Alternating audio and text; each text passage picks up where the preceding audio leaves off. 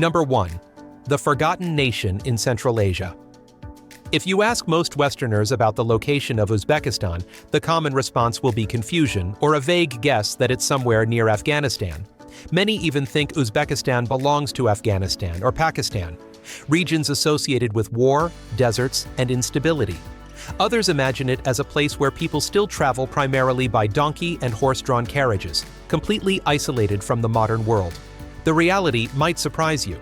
Uzbekistan today is almost the complete opposite of those perceptions. The country is relatively safe, vibrant, and rapidly changing with modern cars, high-speed rail systems, and new urban areas emerging alongside ancient cities. With an area of over 170,000 square miles, roughly the size of California, Uzbekistan has a population of nearly 36 million, making it the most populous country in Central Asia. On the surface, the country might seem peaceful or remote. However, behind that tranquility lies a nation forged from cotton, gold, and a history spanning centuries. Hidden beneath the deserts lies the Morant Tau mine, one of the world's largest gold mines, with reserves exceeding 2,400 tons. For generations, vast cotton fields, often called white gold, played a central role in the economy, giving rise to the Silk Road. This Silk Road heritage is not just found in books. Ancient cities like Samarkand, Bukhara, and Khiva stand today, their turquoise domes gleaming in the sunlight, a reminder that this land was once a link between East and West for over 2 millennia. In the past, caravans of merchants carried silk, spices, and stories through this land. Today, travelers walk along those very same routes with cameras and curiosity.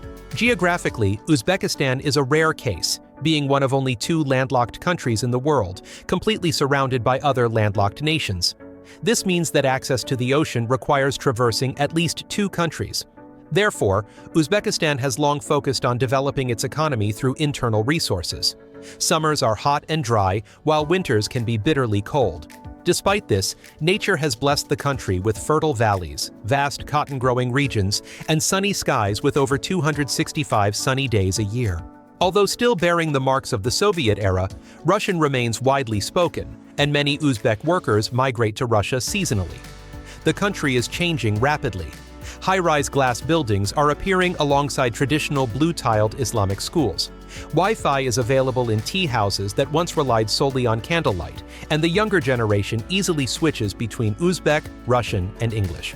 So, the next time someone says Uzbekistan is dangerous, backward, or neglected, you can ask a simple question. How dangerous can a country be when the easiest thing to do is for people to be drawn to its beauty? Number 2. The mysterious mixed-race beauty of Uzbek women.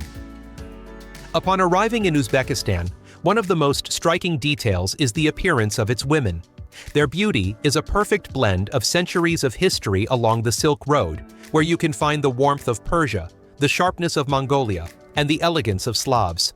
From their tanned skin and deep almond eyes to their light-colored hair reminiscent of Eastern Europe, Uzbek women possess a subtle yet captivating confidence. Modern faces like singer Karimova Alina represent a new generation that harmoniously combines contemporary life with traditional values. Although the majority of the population is Muslim, Uzbek women live within a secular legal system. On the streets of the capital, Tashkent, faith and fashion coexist quite freely, reflected in denim dresses or brightly colored outfits. A common misconception among outsiders is that men here are allowed to have multiple wives. In reality, polygamy is prohibited and can be criminally prosecuted. However, a paradox persists in some rural areas where society is sometimes more accepting of a secretly kept second wife than of a divorced or single woman. Another unique symbol you'll easily encounter is the gleaming gold teeth. For generations, a golden smile was considered a symbol of status and success. While this practice is less common among young people today, many older women still keep them as a proud form of jewelry. Furthermore, their beauty is linked to refined traditional dances such as Khoresim or Bukhara. These dances focus on the fluidity of their hands and feet to tell stories of love and family bonds. It's also worth noting that not all Uzbek women know how to belly dance. Beyond appearance or artistry, Uzbek women are asserting a strong position in education and leadership.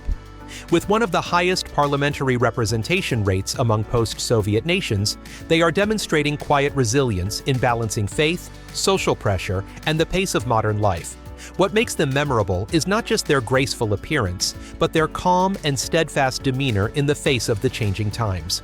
Number 3. Rules that leave tourists stunned. Upon arriving in Uzbekistan, don't let the warm hospitality and ancient beauty of the Silk Road cities lull you into a false sense of security. Behind the apparent tranquility lies a society governed by strict regulations and unwritten norms, so subtle that even locals are wary. Here, centuries-old Islamic traditions are intertwined with a modern political system, creating a quiet discipline that governs even the smallest details of life, from how you greet a woman to what you carry in your luggage. One of the most surprising things for Western visitors is that Uzbekistan maintains an extremely rigid legal system regarding social issues. For example, same-sex male relations remain a criminal offense, punishable by up to 3 years in prison. In daily life, topics related to the LGBTQ+ community are almost completely taboo. This isn't just a story about cultural shyness, but also a real legal risk, forcing those involved to live discreetly, as if dividing their lives into 2 separate parts to avoid police interference. Even simple social etiquette carries the weight of dignity. In public, men generally don't shake hands with women. The most polite way to greet someone is to place your right hand on your left chest and slightly bow. If you do it incorrectly or intentionally break this rule, it's not only considered impolite, but also misinterpreted as arrogance and disrespect for the local concept of humility. The strictness is also evident in regulations regarding prohibited substances and vices. Gambling in all forms, from casinos to online betting, is completely banned. In particular, drug laws here are among the strictest in the region. At the airport, baggage checks are usually extremely thorough. Many tourists have run into serious trouble with the law simply for carrying common cough or cold medicines containing codeine, an ingredient listed as a violation of Uzbekistan's drug laws. Furthermore, possessing pornographic content on phones or computers can lead to questioning by border guards or confiscation of the devices. However, Uzbekistan remains a land of interesting paradoxes. Despite religious prohibitions against stimulants, vodka and beer are openly present as an integral part of wedding celebrations. Similarly, in business, selling goods below market price can be considered economic sabotage, a control mechanism aimed at curbing corruption and the black market. Understanding these unspoken rules not only ensures a safe trip, but also provides a key to deciphering the depth of a nation striving to preserve its identity amidst modernity. Number 4. The culture of communal bathing has existed for centuries. If you truly want to understand Uzbekistan, you shouldn't start with museums, but with steam. Behind the turquoise domes lies the hammam tradition, the ancient public bathhouse. It's not just a place to wash, but a ritual that has existed for hundreds of years, where people cleanse both body and spirit in the most distinctive way of this Central Asian land. Imagine stepping through thick wooden doors into a stone room fragrant with soap and steam. Dim light filters through star-shaped openings in the dome, illuminating the warm, damp marble surface. Borikord in Bukhara, built in the 16th century, is one of the oldest bathhouses in the Islamic world still in operation today. For locals, leaving a hammam is not just about being cleaner, but about feeling completely reborn. In Uzbek culture, the hammam is a space for rejuvenation and social connection. Men and women bathe separately in different areas. The men's section is usually filled with hushed conversations about work or politics, while the women's section is bustling with laughter and the scent of roses. The most interesting secrets are sometimes not told in the cafe, but rather emerge within the steaming hot water. The bathing process here is meticulously performed. First, staff will pour warm water to soften the skin, then perform a deep exfoliation using rough goatskin gloves. Next, you'll be massaged with olive soap and rhythmically soothed to release accumulated fatigue. Finally, cold water is poured over you to awaken your senses. The experience usually concludes with a cup of strong herbal tea right on the marble floor. Historically, hammam is associated with religious purification rituals and traditional medicine. Caravans on the Silk Road used to stop here to recover their strength before continuing their journey across the desert. Despite being restricted during the Soviet era, ancient bathhouses are now being vigorously restored with warm lighting and exquisite decorative tiles. Besides hammam, Uzbekistan also offers the unique experience of bathing in desert sand in the Aral Sea, where mineral-rich sand is believed to have healing properties for bone and joint ailments. All of this creates a proud, health-conscious culture of the people. Number 5. Bread is worshipped like a god. In America, bread is just an ordinary, familiar food. You buy it from the store, put it in the toaster, eat it quickly, and move on to something else. But in Uzbekistan, bread is viewed in a completely different way. It's almost sacred, associated with the concepts of life, family, and faith. Locals call it naan, and they believe it's a gift from God. Therefore, dropping bread on the ground is considered taboo. If it happens accidentally, people usually pick it up, kiss it gently, and place it on a high place as a sign of respect. The bread is usually round, symbolizing the sun, the source of life and energy. Before being put in the oven, the surface of the bread is imprinted with floral patterns using a traditional seal, and each region has its own unique decoration style. The baking process is also quite risky. Bakers have to lean close to the tandoor oven, which is blazing hot at nearly 400 to 700 degrees Celsius, and press the bread against the inside walls of the oven. The temperature is so high that a single careless movement could leave you roasted alive. It's as dangerous as you imagine, and sometimes even more so. It's noteworthy that bread also features in important rituals and customs of life.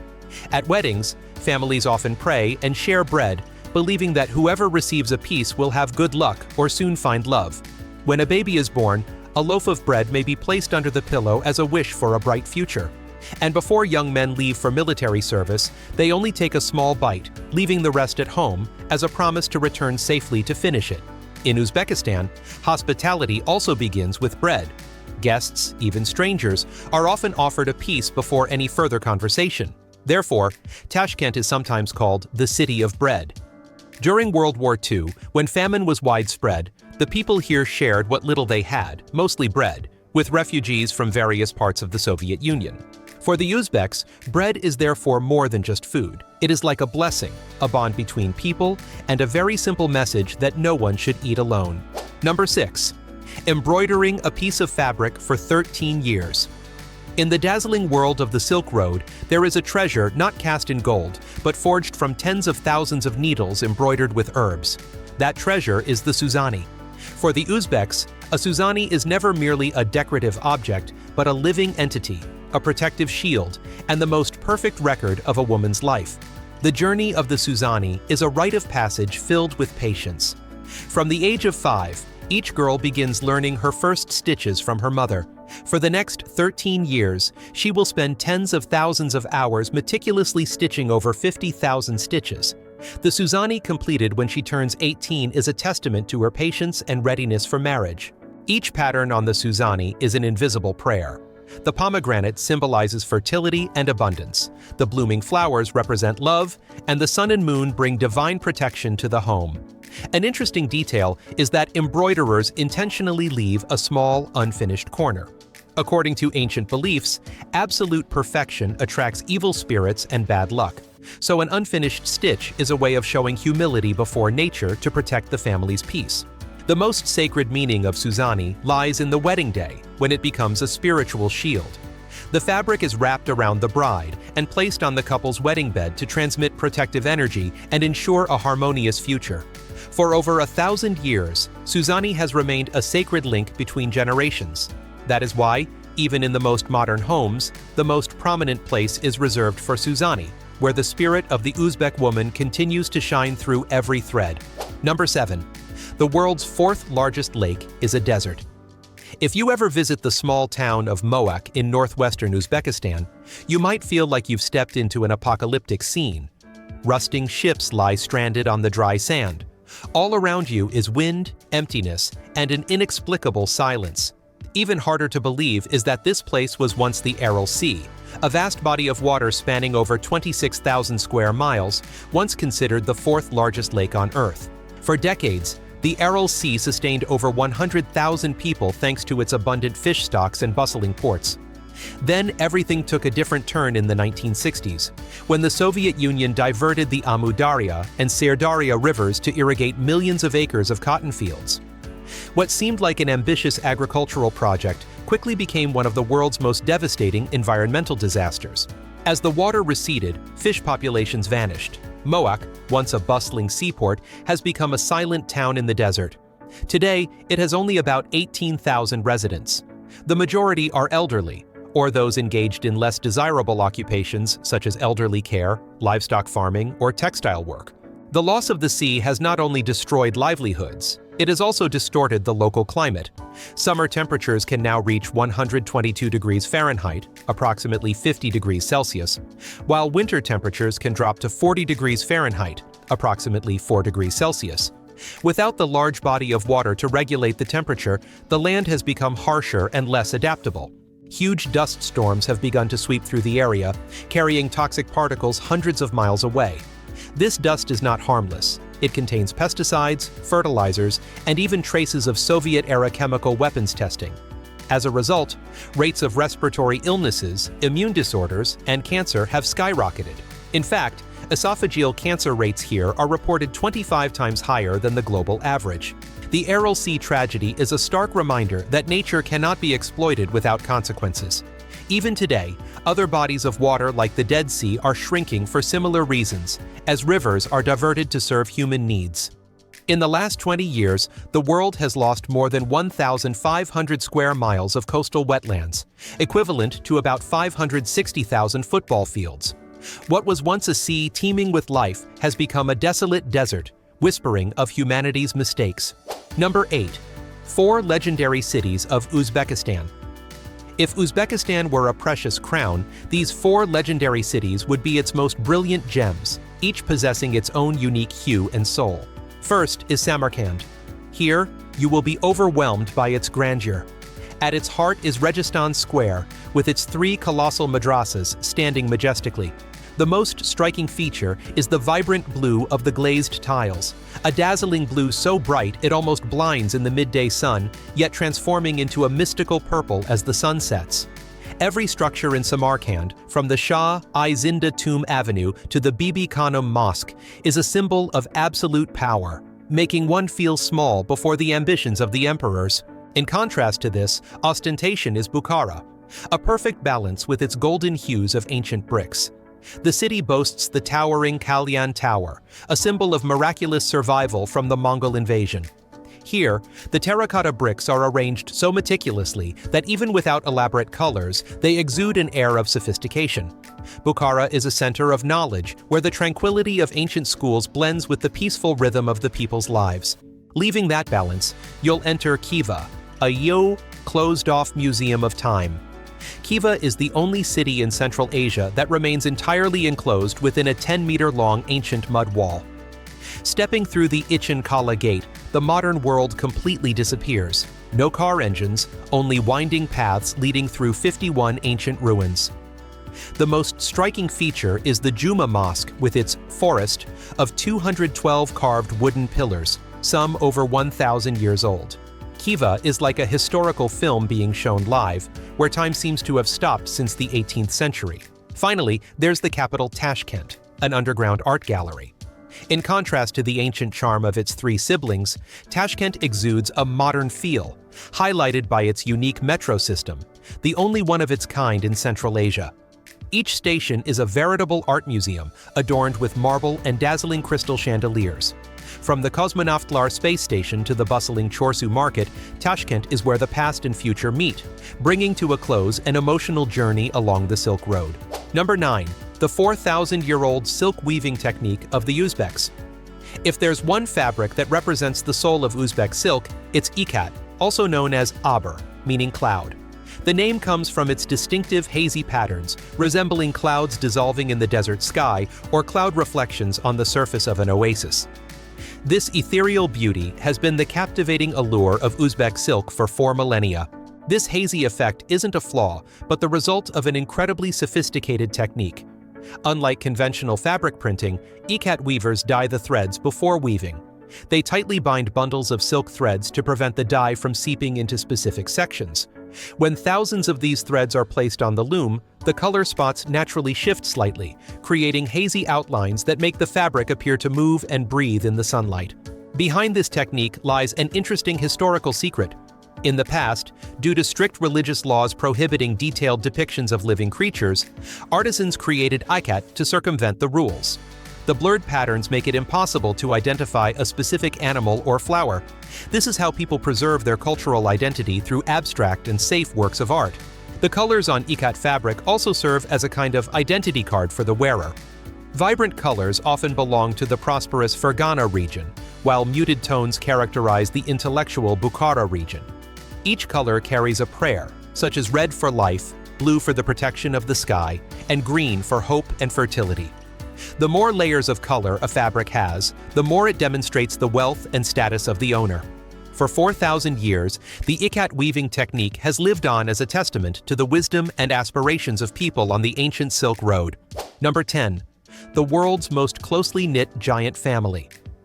If there's one secret to the warmth that has sustained Uzbek society for thousands of years, it's mahalla. It's not just an ordinary residential area, but a large, interconnected family where hundreds of households live closely together. In mahalla, the joys and sorrows of each individual become shared events for the entire neighborhood. At the heart of this community are the mosque and the choykhana tea house, where men meet to discuss common issues. Leading mahalla are the respected aksakal elders, who use their wisdom and life experience to resolve disputes with understanding and reason, rather than resorting to dry, formal court proceedings. The soul of mahalla lies in the kashar tradition of selfless, voluntary assistance. When a family needs to organize a wedding or renovate their house, the entire neighborhood immediately comes together. The women take on the cooking and sewing, while the men handle the heavy construction work. Kashar also appears promptly when a family has a funeral or someone is ill. The community takes turns caring for and staying by the side of those in need for many days and nights. Therefore, in Uzbekistan, the elderly are always surrounded by family affection instead of being confined to nursing homes. Mahalla also serves as an extremely effective social safety net that no rigid administrative system can replace. From building a new road or repairing a bridge to raising money to support those in need, everything is quickly resolved through discussions at tea houses. Thanks to this self-governance, mahalla has helped Uzbekistan solve infrastructure and healthcare problems even when government resources are limited. Children here grow up in the protective embrace of their neighbors and are taught morality and compassion through practical actions every day. It is precisely because of these profound humanistic values that the mahalla system has been recognized by UNESCO as an important intangible cultural heritage and has become a model for civil society worldwide. Number 11. Mysterious ruins that challenge science. Let's begin with the Mock Ship Graveyard, a ghostly scene that was once the bustling harbor of the Aral Sea. Today, it lies in the middle of the desert, long since gone. The rusty ships lie on the cracked sand like the skeletons of an old world. Locals say that when the wind rises, you can still hear the echoes, as if the waves are still trapped in the air. Further south, hidden in the Boise Mountains, lies the Dark Star Caves, considered one of the deepest cave systems in the world. It stretches for over 17 kilometers, literally swallowing up light and sound. Many explorers call it the mouth of the planet, where the sense of time and direction easily vanishes into darkness. In Navoy, the ancient Dagaran Mosque stands silently amidst the dust and silence. Built between the 8th and 12th centuries, its massive pillars evoke images of pre-Islamic temples. It serves as a reminder that Central Asia was once a place of overlapping religious layers, not all of which are still known by name. Then there's Samarkand, a place of mystery and grandeur. The UZBEK Observatory, built over 600 years ago, was where astronomers mapped the sky with a precision that would amaze even modern observers before the invention of telescopes. At night, the remaining curves of the ruins seem to glow faintly, as if the memory of the constellations still lingers in the stone. Nearby is the Shanda Cemetery, the city of the living king. Its emerald domes and exquisite sapphire tiles are said to be so beautiful that modern techniques struggle to replicate the original feel. Legend says that Qusam ibn Abbas, a cousin of the Prophet Muhammad, is buried here, but locals whisper a different version, that he never actually died, but merely descended into the earth to spiritually protect Samarkand. Number 12. Unique festivals in Uzbekistan. The biggest festival in Uzbekistan is Navas, the traditional Persian Spring Festival, celebrated annually on March 21st. It marks the return of spring, the rebirth of nature, and the beginning of a new cycle of hope. But Navas in Uzbekistan is more than just a day on the calendar. It's more of a community restart, a vibrant celebration combined with a spiritual ritual. The streets are adorned with colorful flowers and flags. The centerpiece of the day is sumalak, a sweet wheat pudding slow-cooked for nearly 24 hours. The pot must be stirred constantly, usually by women, and is accompanied by traditional songs about fertility and good fortune. People visit relatives, making amends and forgiving past grievances. In some places, doves are released into the sky as a sign of peace. Many believe that how you live through Navis will influence your luck for the entire year, so everyone tries to stay cheerful, dancing, eating, and staying up until midnight. While Navis has a sacred connotation, other festivals surprise visitors with their down-to-earth and joyful nature. In the Fana Valley in May, farmers gather for the Melon Festival. The entire market is covered with watermelons of all shapes and sizes: round, striped, long, yellow. Judges cut open the melons on the spot to find the sweetest one. The winner receives honor and sometimes even has the chance to present their melon to the president. In Bukhara, the Silk and Spice Festival transforms the old town into an open-air museum. Women in atlas robes sit by wooden looms. The scent of saffron, dill, and coriander fills the air. Dancers move to the rhythm of dwaira drums. Merchants shout out prices louder than the music, and visitors are invited to participate, even watching silk being hand-spun as in the old days. Then there's Boysan Bahori in the Boyan Mountains, a UNESCO-recognized folk festival. Shepherds play flutes carved from bone. Children wear homemade masks, and villagers reenact myths about spirits, heroes, and nature. And if you want the most unexpected twist, the Kent Tash Beer Festival each summer draws thousands of young people to live rock, craft beer, and even street food competitions. If you stand under a string of lights and see the crowd dancing, would you join in even if you don't know the steps? Number 13. Diverse cuisine in Uzbekistan. Stepping into Uzbekistan, you'll quickly realize that people don't just eat, they celebrate food. In the market, in the courtyard, or on a street corner, you'll always hear the sizzling, bubbling sounds and the aroma of grilling filling the air as if the entire country were one giant kitchen. And at the heart of every story is a dish so beloved it's become iconic: plav. Imagine a giant cast iron pan, sometimes weighing over 3 tons, placed over a blazing fire. Inside are golden rice, tender lamb, shredded carrots, peas, and spices so fragrant that even passing by makes your stomach rumble. At weddings or festivals, Uzbek men may gather very early to cook enough plav for an entire village. Each region, and often each family, keeps its own recipe, with some adding raisins, chickpeas, garlic, or even quail eggs. It's said there are over 60 variations throughout the country. Legend also tells that Alexander the Great's army once tasted plav, and this energy-rich dish helped soldiers maintain their strength after battle. Today, plav is found everywhere, from roadside stalls to upscale restaurants in Tashkent, where even the most elaborate portions are about $24.45 cheaper than a cup of coffee in the US. But for Uzbeks, plav is more than just food. It's a ritual. Men cook plav for births, weddings, and funerals, often before sunrise, and share it immediately after morning prayers. And Uzbek cuisine doesn't stop at rice and lamb. They call their homeland the land of melons, as there are over 150 varieties with different aromas and sweetness levels. Farmers even say the first bite of a ripe melon brings good luck all year.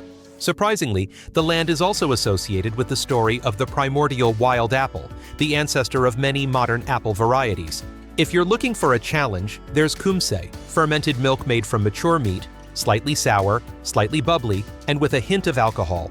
Locals believe it's good for digestion, helps cleanse the lungs, and restores the spirit, while for many tourists, just one sip is an adventure. For something warmer, consider sherpa, a rich meat soup with lamb, carrots, onions, and chunks of fat still attached to the bone, a dish meant to be chewed, not sipped. And the most daring of all is stuffed beef lungs, cleaned and stuffed with milk, rice, and spices, then simmered over low heat, resulting in a tender, rich, and unusual dish that will make you pause for a few seconds to figure out what you just ate. Number 14. A country in the top 5 cheapest on the planet. If you've ever dreamed of living like royalty but only have the budget of a tourist, Uzbekistan might be your secret paradise. This Central Asian gem is not only rich in history and renowned for its hospitality, but it's also so affordable that many leave with a very real question: how is everything so cheap? According to HelloSafe's 2025 Global Cost of Living Index, Uzbekistan ranks among the top 5 cheapest countries in the world, with average travel costs of around $12 to $15 per person per day. This is sometimes even less than the price of a sandwich in New York or London, and what's remarkable is that this affordability isn't just about food, it extends to the daily routine as well. In the capital, Tashkent, one of Central Asia's most developed cities, a comfortable lifestyle still costs only a fraction of what it would in the West. A fully furnished one-bedroom apartment in the city center typically rents for around $250 to $400 per month. In smaller towns like Samarkand or Bukhara, you can find decent accommodation for under $150. Electricity, hot water, and high-speed internet typically range from $40 to $70 per month. Imagine paying that much for almost everything combined. Even transportation is budget-friendly. A Tashkent metro ride costs only about 12 cents. Taxis in the city rarely exceed $23 for most trips. As for food, Uzbekistan is a feast for both your stomach and your wallet. A hearty local meal, such as hot plav, grilled kebab, and fresh flatbread, can be as little as $13 at a traditional tea house. A Western-style dinner with drinks is still around $85. Street food like samsa or lamb shashlik is usually under $1. Of course, not everything is perfect. Salaries in Uzbekistan are still low, with an average income of around $300 to $350 per month. This means what you see as cheap might still be a large expense for locals, but it's precisely this gap that attracts many tourists, remote workers, and retirees to stay. You can live comfortably, even luxuriously, for around $810 a month, including rent, food, and entertainment. And yes, the rumors are true. The people are so hospitable that sometimes your biggest cost is having to decline too many invitations for tea, as they insist that guests in Uzbekistan shouldn't pay. Number 15. Things you need to know when traveling to Uzbekistan. Traveling to Uzbekistan is not just about sightseeing, but about venturing into a world of centuries-old etiquette. To avoid appearing awkward, the first thing you need to learn is the language of the hands. Here, the right hand is a symbol of utmost respect. When shaking hands with a man, use your right hand and place your left hand on his elbow as a sign of friendliness. Uzbek hospitality often leads to impromptu invitations to tea. Upon entering, remember to remove your shoes and observe the subtlety of the host's service. Don't be surprised if they only fill the teacup halfway instead of to the brim. In Central Asian tea culture, half-filled tea is the host's way of expressing a desire to keep you longer for conversation. A full cup is a subtle signal that the gathering should end. Sip your tea slowly, eat leisurely, and never say no to food, for enjoying everything offered is the most sincere compliment to the host's hospitality. In bustling bazaars like Chorsu, buying and selling is not simply a monetary transaction, but a fascinating social interaction. Never accept the first price immediately, as bargaining here is considered a game of wit. Start with a greeting like salam, compliment the item, and offer a price 30 to 50% lower with a cheerful and humorous attitude. When both parties find common ground, a handshake accompanied by a radiant smile is the best way to conclude the transaction. However, always remember the rule of modesty. Modesty. Whether in the market or at a mosque, prioritize clothing that covers your shoulders and knees, avoiding shorts or revealing tops to show respect for a culture that values humility. Finally, always be a mindful photographer. Uzbekistan is beautiful in every corner, from its vibrant mosaic walls to the benevolent faces of its elderly people, but never take a photo without asking permission, especially from women and those who are praying. A simple, polite question like "Rasam olashim mumkin" will earn you friendly approval instead of disapproving looks. By adhering to these codes of conduct, you not only protect your image as a civilized traveler, but also unlock the most authentic and profound experiences that this Silk Road land has to offer to kind-hearted visitors. Uzbekistan is not just a destination, but a journey back in time to touch upon the most brilliant human values. Hopefully, this video has helped you understand more about the soul of this legendary Silk Road land. Don't forget to subscribe and hit the notification bell so you don't miss our next adventures. Thank you for watching and see you again.